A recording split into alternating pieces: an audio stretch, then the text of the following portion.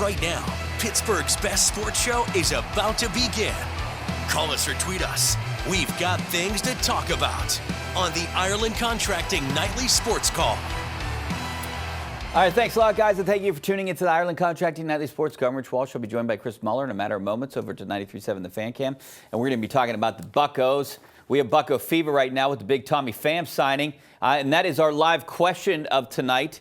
We're going to get that sponsored here soon, this live poll question. Do you like you can just scan, there's a little bit of scanner right here, you can scan on your phone and get in on the conversation. Is Tommy Pham going to make a difference for the Pirates this year? So far, 100% of the people that have voted, it's just at the start of the show. I'm sure not a lot of people voted yet, but that might change. Will he make a difference this year? Maybe he might. I don't see how an average of, 240, a WAR of, negative 0.2.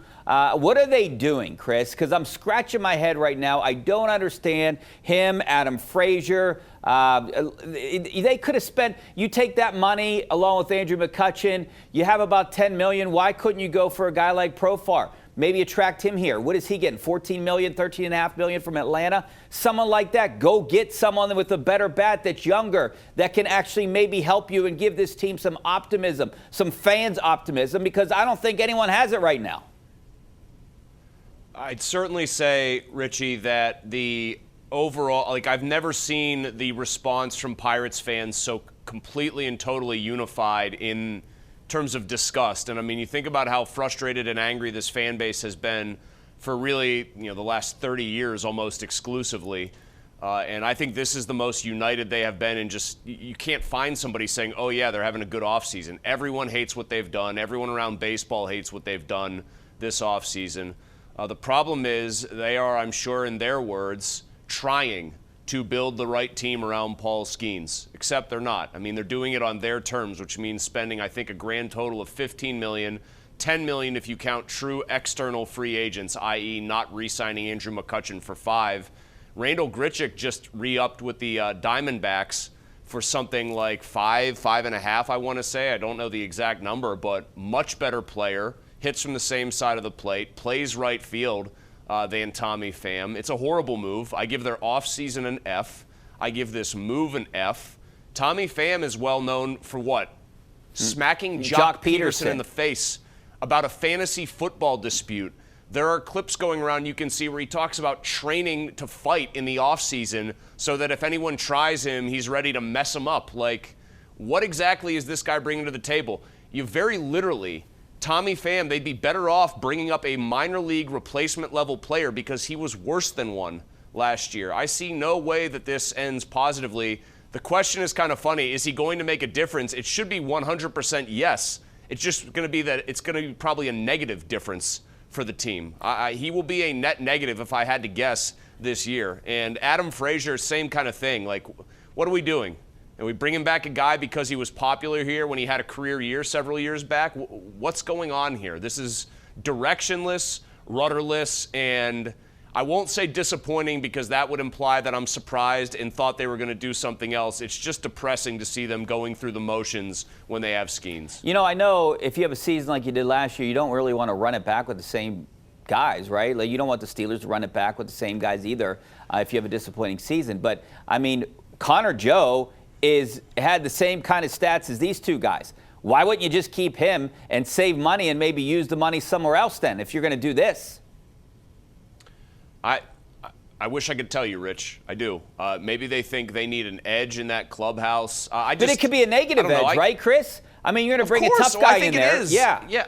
I think it's going to be a negative edge. And the guy's also 3 years younger than me, which is not a good thing because I'm almost 40. This guy is old. He is well past whatever his prime was, which is probably his first 4 or 5 years really in the majors. Has what I would call a bad attitude. Here's the other thing about the Tommy Pham attitude. Do we really think that this player, if this team is a 70 to 75 win team, is going to be a happy camper if he's there beyond the trade deadline? It feels like they have completely misread their situation in terms of, is this the right team to bring Tommy Pham onto? Will Tommy Pham just sit there quietly and collect his plate appearances while the whole thing just kind of crumbles around him? The answer is no. It's very, very, very, very depressing to consider what they're doing when they have the golden ticket in the form of Skeens. Yeah, when you think about last year and this year, I mean, they really fumbled the Aroldis Chapman thing last year, giving him $10 million and then not even trading him. So if they sign Pham to try to trade him, who's going to want a 37-year-old guy that hits 240? Right? I don't know what they could even get for him. So if that's their play there, I don't see how it works. At least with Chapman, you got a guy that's a setup guy, and they could have traded him and maybe got something for him. Wait, if they're signing Pham just for the express purpose of trading them, then by definition, they pretty much don't look at themselves as a contender this year. Well, yeah, I thought we were beyond the point. I thought we were beyond the point where we were supposed to be evaluating their moves on, when they decide to become a contender. Okay, this is the kind of move they're going to make. They said this was supposed to be a year where they wanted to improve and they wanted to seriously contend, and they're not doing anything. They have not done one thing that is going to tangibly help them in that regard. I think the combined WAR last year of the players they have added to this roster is something like minus 1.7. Wonderful. Yeah. Wonderful. But, the only thing that's going to fix this is a salary cap, and the commissioner had something to say about that today. We'll talk about that after the break. Stay right there.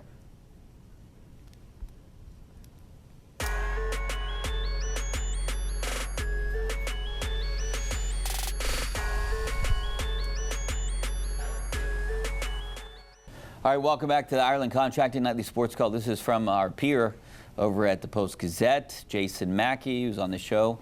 He'll be on the show tomorrow and Saturday. He tweeted this: Connor Joe in 24. You can see his stats there. And then $3.2 million arbitration projection. And then you look at Tommy Pham. Look at that. Similar games played. Similar, Connor Joe had a better WAR, right? I mean, better batting average, OPS. I mean, what are they doing here? Andy's making more money. Andy's a lot older. I don't get it. I don't know what the Pirates, I don't even know that. It's hard for me to figure out a direction, a plan. That's what's making me scratch my head. Like you said earlier, what are they doing? Like, what's the direction when you sign Tommy Pham, Adam Frazier? I mean, I understand why you have Andrew McCutchen here. I do. But I could kind of lump him in there, too. Well, they don't have a real urgency to win. They want to try to win on their terms, which means not spending very much money, keeping the payroll pretty low, obviously, relative to almost every other major league team. And then I think there's also laced in with that, it's not just about how willing or unwilling they are to spend money. I think the general manager's incompetent. I mean, if he hadn't picked Paul Skeens, we wouldn't even be having these discussions. He'd have probably gotten fired. But I think the general manager, independent almost of the restrictions placed on him, has done a mostly terrible job. And I think this is another example of it. It's a rudderless, directionless franchise that happens to have the best pitcher in baseball on an incredibly team-friendly deal. And that is why they should be pilloried for the way that they appear to be frittering that away, barring something highly unusual happening this year.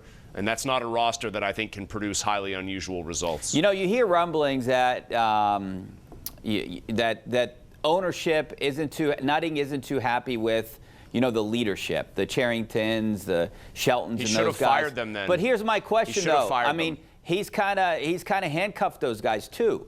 If they can only spend so much money, you can only blame yourself. I mean, maybe they're not spending the money in the right spots, or they don't have a plan or direction, because it seems like, hey, we need to sign someone. Let's just go out and get Tommy Pham.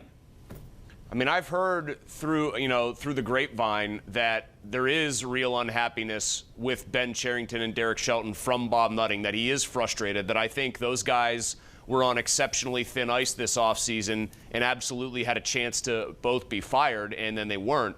And I think it's very reasonable to assume that if the owner is that upset with them, that he might have cut their ability to spend even more, which is just like a counterproductive gesture. Yeah. If you don't trust the guys to do a good job, then fire them. It doesn't matter if you think you're like supposed to be on the precipice of contending and you don't want to rock the boat with a new GM. Fire them. Don't then inhibit their spending even more and make the job even tougher. It's just such a self-defeating exercise here, and that's why, again, I have a very limited amount of tolerance for trying to take this on serious terms, because it's such unserious behavior overall by the franchise. A guy like Jesse Winker signed for $7.5 million. You could have got him for both of those guys. Andy's younger, I think, too. Let's go out the mic in Newcastle. How you doing, Mike? So Tommy Pham doesn't inspire either you two gentlemen about this upcoming season. That's a shocker. Oh, yeah. But yeah, my point is, it's like I called you last week, Rich. This is an opportunity for them to fill a position. If they were a normal functioning team, they would fill a position with somebody good. But fill it with Nick York. They traded for him last year. The guy can play outfield and infield. Sorry to cut you off there, Mike, but I'd rather see someone like Nick York out there. Honestly, I'd rather see Henry Davis out there dropping balls and doing whatever instead of these two guys.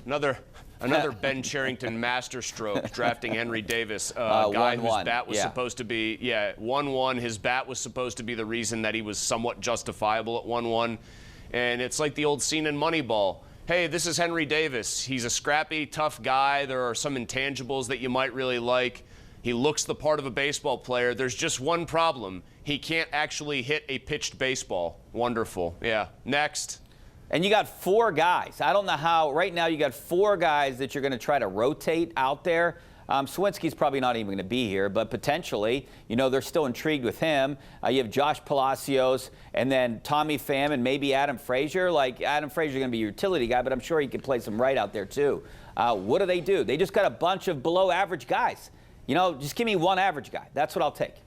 Richie, I'm really depressed talking about this. Would you like to know that Josh Allen, in a big surprise, won the MVP award over Lamar Jackson, 27 first-place votes to 23? I'd almost do anything to talk about anything else other than the Pirates at this point. Well, let's go to my Jim. eyes are, it's tough. Jim and Peters, what do you want? I'm usually real positive. I've been following the Pirates since 1960. I'm 72. I was positive last year.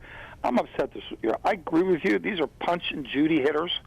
Now, I like McCutcheon because I think for $5 million he did 20-some home runs, early 20s, if I remember right. Yeah. But the other guys, Frazier batted 204.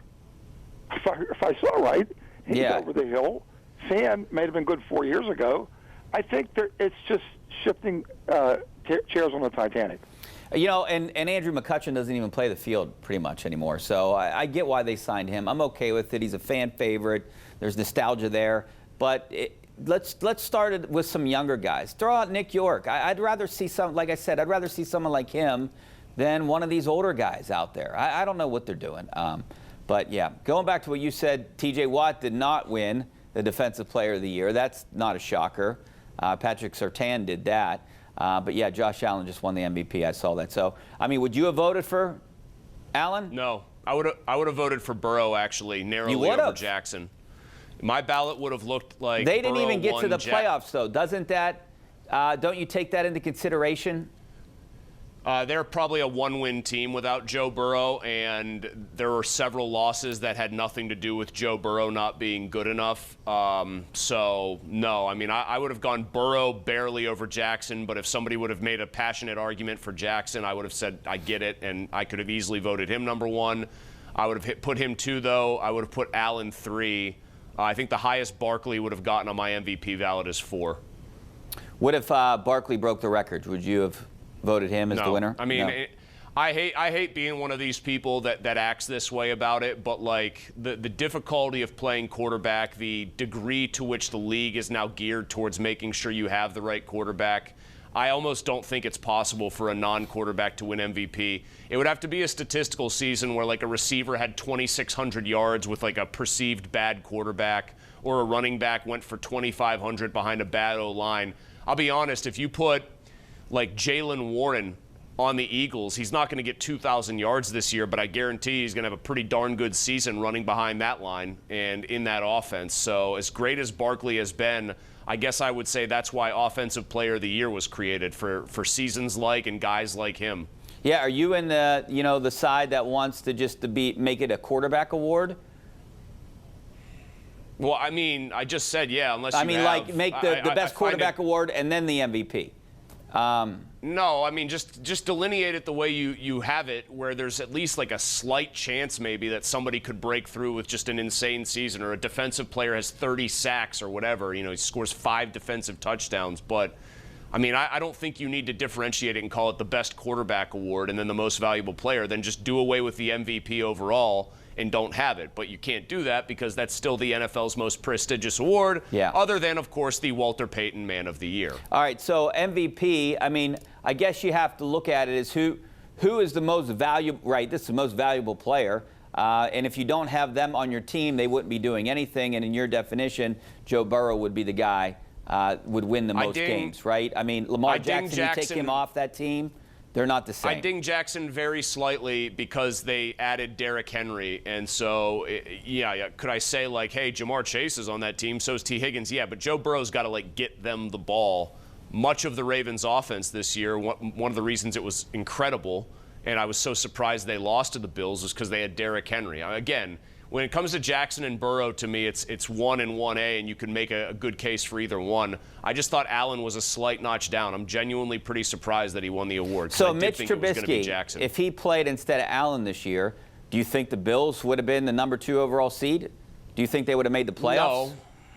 No. They might have snuck in that horrible division, yeah. I mean, depends, but I think that they would have been worse. But I think if you take Joe Burrow and start anybody else there, they might win 1, maybe 2 games. All right, we're going to take a break. Back in a couple minutes. Stay right there.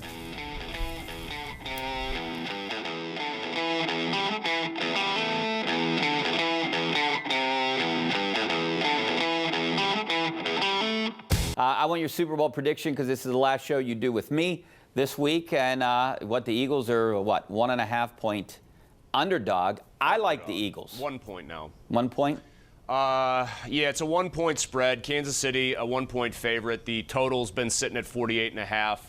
I like the Chiefs. I think that the Eagles have a better roster, top to bottom, but I think that Kansas City's much closer in that regard than people give them credit for. And they have Patrick Mahomes and Andy Reid. Chiefs, 23-20. All right, I like the Eagles, though. Who's the favorite to win the pizza contest tomorrow that I'll be one of the judges for? Are you going to be? You're going to have a ton of pizza tomorrow for tomorrow's show. I got to be there at 6:45 in the morning, though. I love doing this with Bubba. 6:45 in the morning. Yeah, I love doing it. 100.7 tomorrow. I'm going to just put a finger to the sky. I'll say Minios if they're involved. If Minio's involved, I think they're the winner, too. They won 2 years ago. Minio's well, you're my your favorite. judge, Richie. You got to recuse yourself now. You can't just automatically put your opinion out there. Come on. I'm just telling you, it's my favorite, but I will be fair. Thanks a lot, Chris. We'll see you next week. Same time, same place. Hopefully we see you on 11 o'clock news coming up here in just a couple seconds.